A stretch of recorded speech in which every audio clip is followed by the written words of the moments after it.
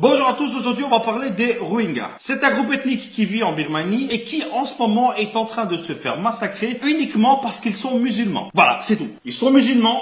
Ils sont tués. Aujourd'hui, c'est officiellement la minorité la plus persécutée au monde. Ce génocide est orchestré par Ashin Wiratu. C'est un moine bouddhiste qui a pour objectif d'attraper les Rohingyas comme si c'était des Pokémon, de leur empêcher de travailler ou d'ouvrir des commerces, de les mettre dans des camps de concentration, de les tuer, de les violer, de les massacrer. Tiens, ça me rappelle en fait quelqu'un là, je lis son nom. Si, c'est un mec là, il avait souvent des crampes au bras. Je sais pas si vous vous rendez compte, mais on n'est pas loin de ce qui s'est passé en 40. Sauf que là, Hitler, il a été rasé et il a pris un peu de poids. Et vu qu'ils n'ont pas de nationalité, vu qu'ils n'ont pas de papier, ils peuvent même pas aller dans un autre pays. Donc en gros, ils sont obligés de rester, mais en même temps, ils sont obligés de partir. C'est comme si tu frappais ta femme pour lui demander de rester avec toi. Vous savez que je suis pas très fan du travail de l'ONU. Pour moi, ils sont aussi utiles qu'un antivirus sur Windows. Ils ont contacté la dirigeante du pays qui s'appelle Aung San Suu Kyi, j'espère que j'ai mal prononcé son nom. Et vous savez ce que l'ONU lui a dit? Vous savez ce que l'Organisation mondiale des Nations Unies lui a dit? De réfléchir à la situation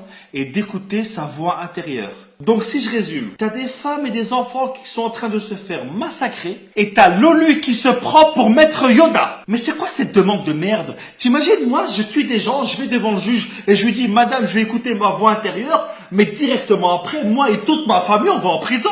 Et d'ailleurs, pour moi, cette femme, aujourd'hui, c'est une farce. Non, parce qu'elle dirige quand même le pays. Son pouvoir, il n'est pas limité à simplement te trouver un job d'étudiant en été dans le nettoyage. Elle a totalement le pouvoir et la capacité d'arranger la situation. Mais vous savez pourquoi est-ce qu'elle ne le fait pas? Parce que 98% de son électorat est bouddhiste. Et du coup, elle pourrait perdre la confiance de son peuple. Donc pour elle, le choix, il est vite fait. Quelques vies sacrifiées dont tout le monde s'en fout. Et en échange, elle peut diriger la Birmanie. Et le pire, c'est que cette femme a reçu le prix Nobel de la paix. Et malgré les demandes de l'ONU, elle s'obstine à dire que tout se passe bien chez elle. Mais est-ce que cette femme est au courant qu'on a Internet? Est-ce qu'elle est au courant qu'il y a des images qui nous arrivent? Alors soit elle surfe avec Internet Explorer et je comprends qu'elle est en retard, soit elle se fout vraiment de notre gueule. Ensuite, l'ONU a déclaré qu'il y avait effectivement un nettoyage ethnique et c'est tout ce qu'ils ont fait. C'est devenu des journalistes, les mecs. Ils donnent une info que tout le monde a, sauf que eux, au lieu de mettre un statut sur Facebook, ils te font un rapport de 500 pages. Je rappelle juste, que l'ONU a été créée après la Deuxième Guerre mondiale pour justement éviter ce genre de situation. Et je vous parlerai même pas de la position de l'Union européenne.